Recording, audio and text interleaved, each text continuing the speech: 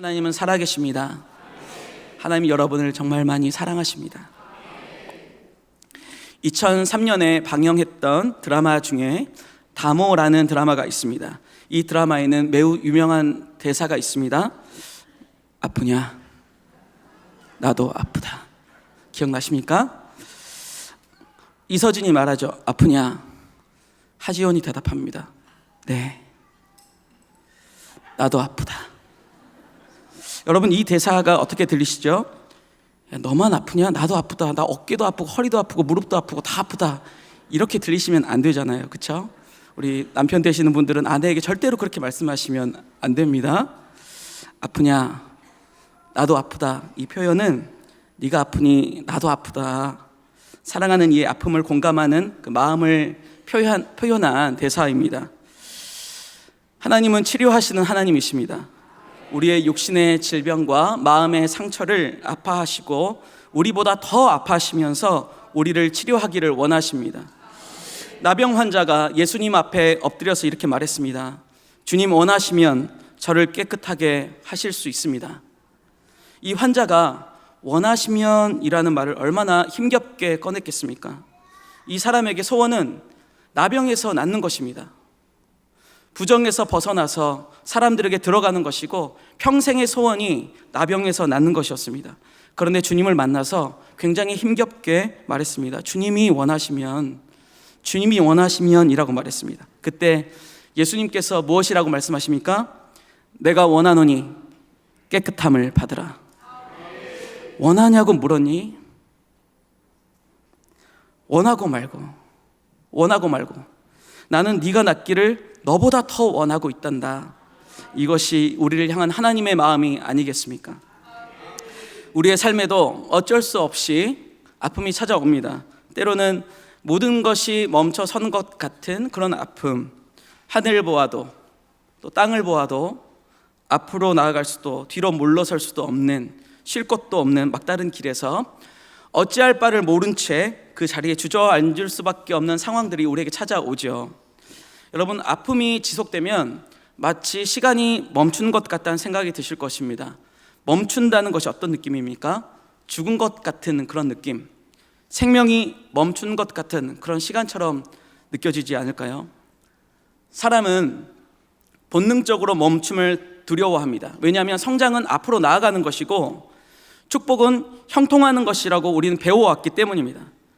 그렇게 멈춤의 시간 속에서 우리의 기도가 막히고 계획이 틀어지고 삶이 정체되어 버리는 그런 순간이 우리에게 찾아오면 혹시 하나님께서 나를 잊으셨거나 내게서 등을 돌리셨다고 생각할 수도 있을 것 같습니다. 오늘 말씀에도 그런 멈춤의 시간이 있습니다. 오늘 말씀 속에서 여러분을 향한 하나님의 마음을 발견하시기를 주님의 이름으로 축복합니다. 본문 중심에는 한 아버지가 있습니다. 사회적으로 존경받는 회당장 야이로입니다. 회당장은 유대 사회에서 막강한 권위와 존경을 받는 그런 위치입니다. 그러나 오늘 그는 회당장의 체면도 지도자의 외면도 다 던진 채 예수님의 발 아래 엎드렸습니다. 왜냐하면 그의 유일한 희망이자 전부였던 12살 된 외동딸이 죽어가고 있었기 때문입니다. 여러분, 자식의 그 고통 앞에서 내 딸이 죽어가고 있다면 자신의 사회적 지위가 어떤 의미가 있겠습니까? 아무런 의미도 없는 것이죠. 그래서 자신의 그 절박함은 모든 인간적인 자존심을 무너뜨리고 그를 오직 한 사람의 아버지로 예수님 발 앞에 서게 되었습니다. 딸을 가진 아버지로서 너무나 이해가 됩니다. 저는 이 본문을 읽고 묵상하면서 제가 며칠 동안 딸이 죽었다는 구절이 이렇게 나오면 눈을 감았어요. 그러니까 제가 결말을 알고 있는데도 불구하고 딸이 죽었다는 문장을 읽고 싶지 않았습니다. 제 딸이 열경련이 나서 눈이 이렇게 돌아가고 몸이 마치 나무 토막처럼 되었을 때 저도 역시 그 정신을 잃고 응급실로 달려갔습니다. 제가 기독병원까지 3분 만에 주파했다면 제가 얼마나 급하게 갔는지 아시겠죠? 얼른 응급진료를 받아야 되는데 굉장히 태연한 모습으로 접수하고 이름부터 적으시라고 말하는 그런 직원을 보는데 정말 시간이 멈춘 것만 같았습니다. 제 마음속에서는 제발 빨리, 이런 마음이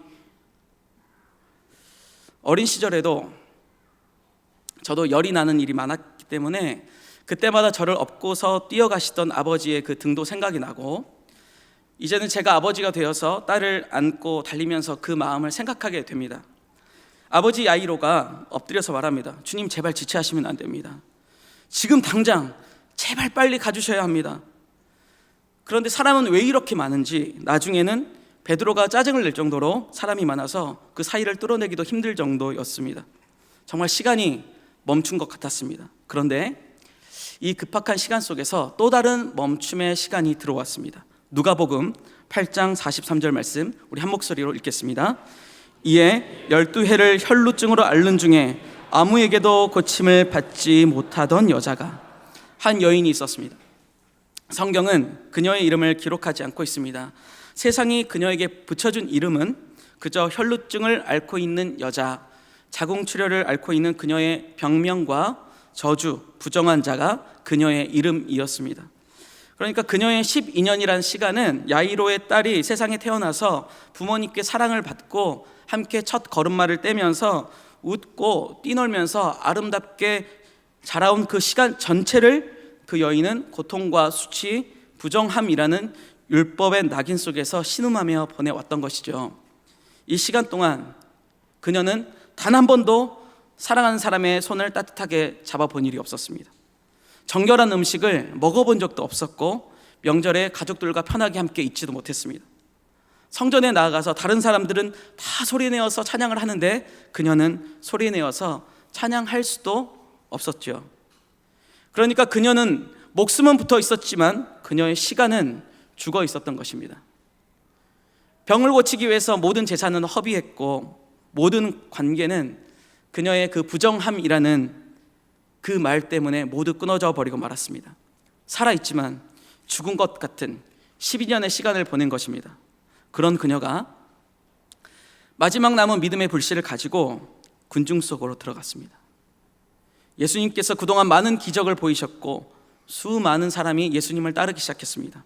이 소식을 들었던 그녀가 예수님을 찾아가기로 결심합니다. 여러분, 사실 이 일은 죽음을 각오한 행동입니다. 왜냐하면 부정한 자가 군중 속에 섞이는 것은 율법을 어기는 것이고, 그것이 발각이 되면 돌에 맞아 죽을 수도 있는 일이기 때문입니다. 그러나 죽어있던 시간을 보낸 그녀에겐 예수님은 마지막 희망이었습니다.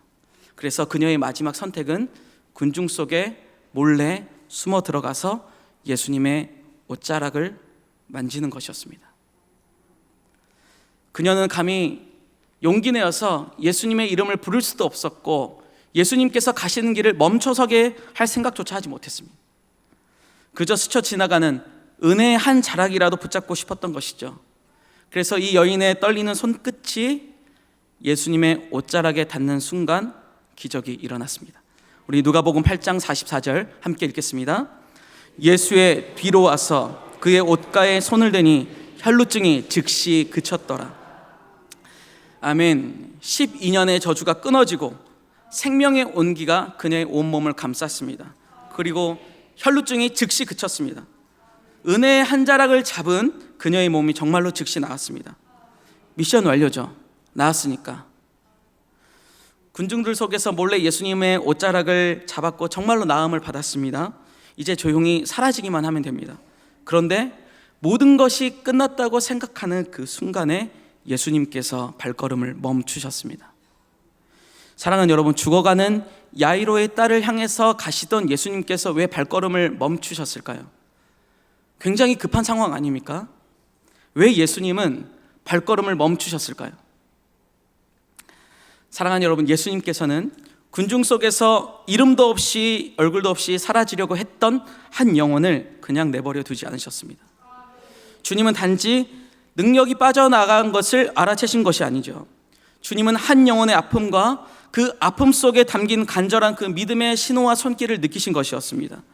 그래서 주님은 야이로의 그 시급한 문제보다 지금 막 치유받고 또다시 군중 속으로 숨어 들어가려고 했던 이 여인을 만나서 그 여인과 눈을 마주치시는 것을 선택하신 것입니다.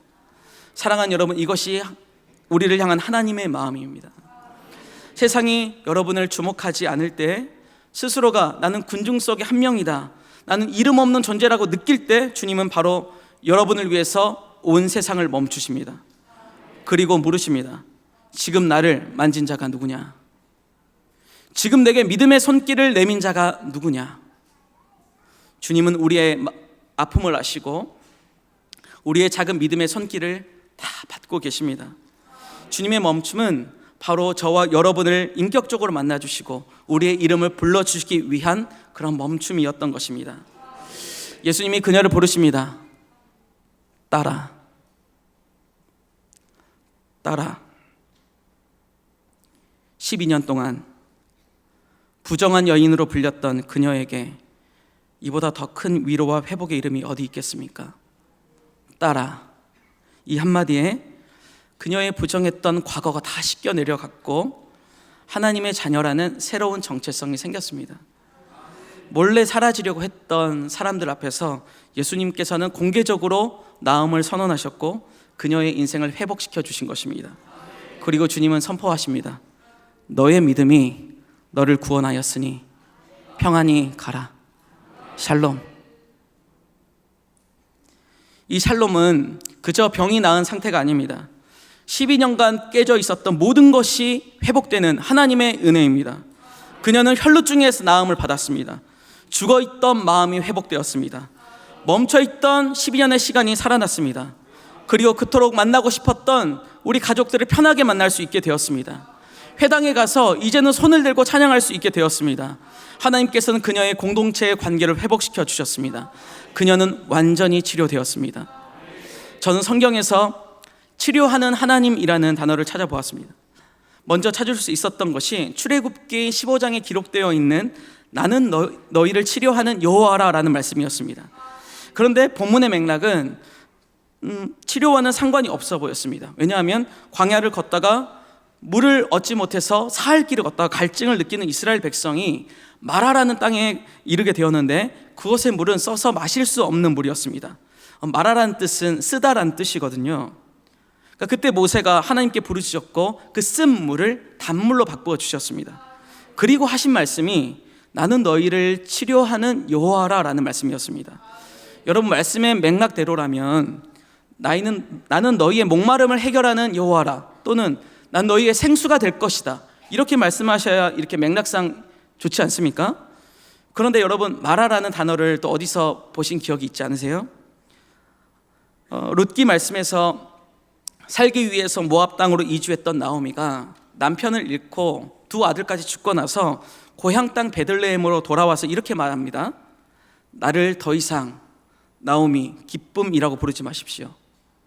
나를 마라 마음이 쓴 여자라고 저를 불러주십시오. 이렇게 말하죠. 하나님께서는 스스로 마라라고 부르는 나오미의 인생을 원래 이름이 가진 뜻대로 기쁨으로 바꾸어 주셨습니다. 오늘 본문에서 우리는 무엇을 발견하게 됩니까? 쓴물을 단물로 바꾸어 주신 하나님께서는 혈루증 여인이 겪고 있던 마라의 인생을 완전히 치료해 주셨습니다. 쓰디 쓴 인생을 치료해 주셨습니다. 억울하고 아픈 인생을 주님께서 치료해 주셨습니다. 멈춰있던 시간이 살아나게 하셨습니다. 죽어있던 시간이 살아나게 하셨습니다. 나는 너희의 치료하는 하나님이라. 사랑하는 여러분, 오늘 말씀을 통하여서 주님의 따뜻한 음성을 들으실 수 있기를 바랍니다. 여러분이 어떤 아픔 속에 있던지 주님은 그냥 지나치신 것이 아닙니다. 세상의 모든 걱정과 염려와 두려움의 소리가 멎고 여러분과 주님만이 독대하는 그 멈춤의 시간 속에서 하나님께서는 여러분의 상처를, 그 깊은 상처를 어루만지시고 치료해 주십니다. 그리고 우리가 구했던 것보다 훨씬 더 크고 놀라운 하늘의 샬롬을 여러분에게 선물해 주실 것입니다. 두려워하지 마십시오. 삶에 찾아온 그 멈춤의 시간을 오히려 끌어안아 버리십시오. 그 조용한 시간 속에서 여러분의 이름을 부르시는 주님의 따뜻한 음성을 들으십시오. 따라.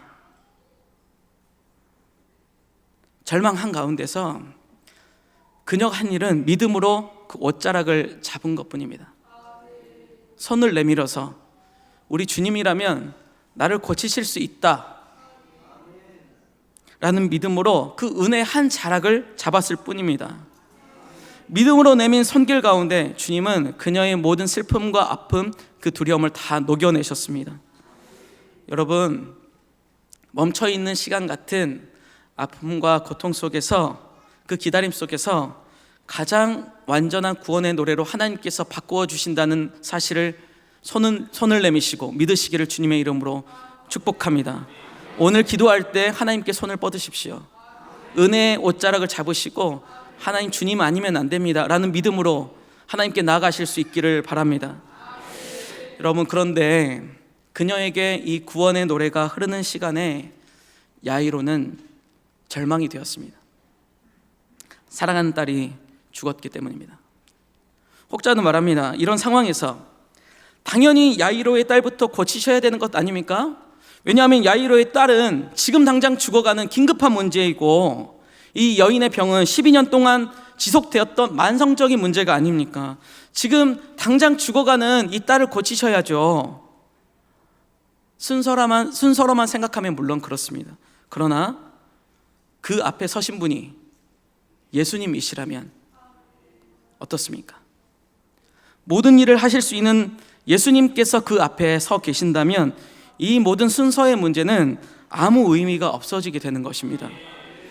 언제나 순서를 가장 중요하게 생각하는 이 세상 앞에서 내가 먼저다, 내가 앞서 가겠다, 내가 먼저 받아야 된다 라고 생각하는 이 앞에서, 우리 앞에서 이 말씀은 우리에게 주는 의미가 있습니다. 우리는 그분 앞에서 살아가는 것입니다. 믿음으로 하나님과 함께 살아가는 것이죠. 믿음으로. 순서가 중요할 때가 있지만 하나님 앞에서 살아가는 것이 훨씬 더 중요한 것입니다. 내가 누구 앞에 서 있는가? 누구와 함께 살아가고 있는가? 내가 늦으면 어떡하나? 이런 아픔 속에서 더 중요한 것은 내가 하나님 앞에 서 있다는 사실입니다. 누가복음 8장 50절 말씀 함께 읽겠습니다. 예수께서 들으시고 이르시되 두려워하지 말고 믿기만 하라. 그리하면 딸이 구원을 얻으리라 하시고. 아멘. 두려워하지 말고 믿기만 하라. 두려워하지 말고 믿기만 하라. 여러분, 혈루증을 앓던 여인이 옷자락을 만지는 믿음으로 예수님께 다가갔던 것처럼 야이로에게 필요한 것도 믿음입니다. 예수님께서 멈추셨던, 그리고 그녀를 고치셨던 이 시간은 야이로에게는 정말 절망과 고통이었습니다. 그러나 이 시간을 통하여서 하나님께서는 그의 믿음을 엄청나게 성장할 경험을 준비하고 계셨습니다. 만약에 예수님께서 곧장 가셔서 야이로의 딸을 고쳐주셨다면 그의 믿음은 병을 고치는 능력이라는 수준에 머물렀을 것입니다. 그러나 예수님께서 멈추시는 이 시간을 통해서 그는 결국 딸의 죽음이라는 절망의 순간을 맞이했지만, 그러나 절망의 순간 깊은 곳에서 그는 죽음조차 생명으로 바꾸시는 부활의 주님을 인격적으로 만나게 되는 것입니다. 아멘이십니까? 주님은 야이로에게 치유를 선물하러 가신 것이 아니었습니다. 주님은 그에게 부활을 선물하시기 위해서 그의 믿음을 더 크고 깊게 빚고 계셨던 것입니다. 멈춰있는 시간이 너무나도 힘들었지만, 내 딸이 죽는 모습, 죽었다는 소식을 듣기까지 너무나도 힘들었지만 주님께서는 부활을 준비하고 계셨습니다. 예수님께서 혈루증을 앓고 있었던 그녀에게 전인적인 회복의 선물을 주셨던 것처럼 야이로에게는 치유를 넘어선 부활의 신앙을 선물로 준비하고 계셨습니다. 요한복음 11장에서 오빠 나사로가 죽어갈 때 예수님이 오시기를 간절히 구했던 마리아와 마르다를 아실 것입니다. 그러나 예수님은 그들에게 나흘이라는 멈춤의 시간을 허락하셨습니다. 그리고 나사로가 죽은 뒤에 나타나셨습니다. 예수님은 슬퍼하고 있던 그의 가족들과 사람들 앞에서 함께 우셨습니다. 예수님의 눈물은 죽음까지도 부활로 바꾸시는 하나님의 일을 보지 못하는 그들을 안타까워하시면서 흘리신 눈물이었습니다. 그리고 이렇게 말씀하십니다. 요한복음 11장 25절 말씀입니다. 예수께서 이르시되 나는 부활이요 생명이니 나를 믿는 자는 죽어도 살겠고. 다시 한번 읽겠습니다. 예수께서 이르시되 나는 부활이요 생명이니 나를 믿는 자는 죽어도 살겠고. 아멘. 나사로의 죽어가는 멈춤의 시간 뒤에 주님께서는 부활 생명을 약속하고 계셨습니다. 사랑하는 여러분, 예수님께서 우리를 구원하시기 위해 십자가에 달리셨습니다. 구원은 전인적인 구원입니다. 우리의 죄를 용서하실 뿐만 아니라 하나님 아버지께 용납받고 우리의 몸과 마음이 치료받는, 우리의 전 인생이 하나님께 받아들여지는 그런 구원받는 은혜입니다. 여러분, 십자가 사건을 잘 기억하십시오. 예수님은 십자가에 달려 죽으시고 사흘간 무덤에 계셨습니다. 그 시간 동안 제자들은 절망했습니다. 다락방에 숨었고 두려움에 떨고 있었습니다. 제자들이 예수님과 함께 살면서 많은 기적을 보았고 그들의 어깨는 승천했습니다. 그러나 예수님의 죽음 뒤에 사흘 동안 그들의 시간이 멈추었습니다. 예수님이 안 계시니 그들은 사흘 동안 죽음의 시간을 보냈습니다. 사흘 후에 예수님 부활하셨습니다. 그분은 우리의 죽음을 생명으로 바꾸셨습니다. 멈추었던 시간이 다시 살아났습니다. 그분이 사시니 우리도 살게 되는 것입니다. 그분이 내 안에 계시니 우리도 살게 되는 것입니다. 그분이 계시니 나도 살게 되는 것입니다. 그분이 나와 함께 하시니 우리는 부활 생명을 얻게 되는 것입니다. 예수님께서 야이로의 딸에게 일어나라 하시니 딸이 일어났습니다. 할렐루야. 사랑하는 여러분, 많이 아프십니까? 시간이 멈춰 있습니까? 부활하신 예수님을 믿으십시오. 부활하신 예수님을 믿으시기를 바랍니다. 지난 가을 부흥성회 시간 동안 많은 은혜를 받았습니다. 한기영 목사님께서 그 설교를 마치시고 치유를 위해서 기도하실 때 그 많은 성도님들께서 앞으로 나가셔서 기도 받으시는 그 모습 보았습니다. 아무래도 우리 교구 식구들이 이렇게 얼굴을 더 보게 되고, 그리고 그 기도를 받으시러 가는 그 뒷모습 보면서 참 많이 울고 같이 기도했습니다. 이전 사역지에서 아프신 성도님들을 위해서 기도했던 생각이 났습니다. 제가 교구에서 만난 한 성도님은 20년 동안 신장 투석을 받으신 분이었습니다. 여러분, 20년 동안 신장의 투석을 받으셨다면 신장을 이식해 줄 사람이 20년 동안 나타나지 않았다는 것이고 그 순번도 오지 않았다는 것이죠. 그 시간 속에 또 많은 아픔도 있었습니다. 만남도 원치 않으셨고 기도만 원하셔서 아내와 저는 그 성도님을 위해서 참 많이 기도했습니다. 하나님께 헌금을 작정했고 신장 이식자가 나타나기를 간절히 기도했습니다. 그리고 감사하게도 20년간 나타나지 않았던 신장 이식자가 나타났습니다. 성도님은 수술을 잘 마치셨고 회복의 시간으로 들어가셨습니다. 회복의 시간도 만만치 않은 시간입니다. 철저하게 방역을 해야 되고 그런 식단으로 살아야 됩니다. 그러나 그 안에서 역사하시는 하나님을 우리는 믿을 수밖에 없습니다. 신장을 이식받기 전이나 이식을 받은 후나 그 성도님과 제가 할 수 있는 것은 살아계신 하나님을 믿는 것이었습니다. 아프냐? 나도 아프다. 하나님은 우리가 낫기를 원하십니다. 우리가 회복되기를 원하십니다. 원하냐고? 원하고 말고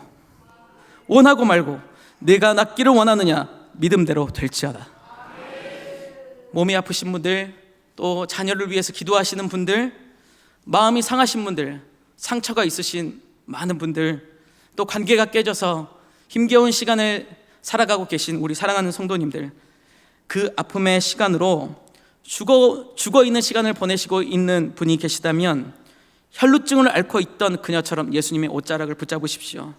믿음으로 나아가시길 바랍니다. 혹여나 하나님께서 여러분에게 야이로의 시간을 허락하시더라도 그분을 믿으시기를 바랍니다.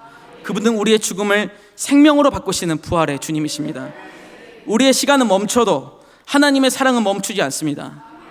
그래서 오늘 설교의 제목을 하나님의 사랑은 멈추지 않는다라고 정했습니다. 한 번도 우리를 향한 사랑을 멈추신 적이 없습니다. 영원하신 하나님의 사랑을 더욱 신뢰하도록 우리에게 야이로의 멈춤의 시간을 허락하실 뿐입니다. 내가 낫고자 하느냐? 믿음대로 될지어다. 내가 낫고자 하느냐? 믿음대로 될지어다. 우리 시간 함께 찬양하시기를 원합니다. 찬양하는 가운데 주님의 음성을 들으시고 주님의 옷자락을 붙잡으시기를 바랍니다. 하나님의 멈추지 않는 사랑을 노래하기를 바랍니다. 우리 함께 외치겠습니다. 하나님의 사랑은 멈추지 않습니다. 다시 한번 외치겠습니다. 하나님의 사랑은 멈추지 않습니다. 간절한 믿음으로 함께 찬양하며 나가겠습니다.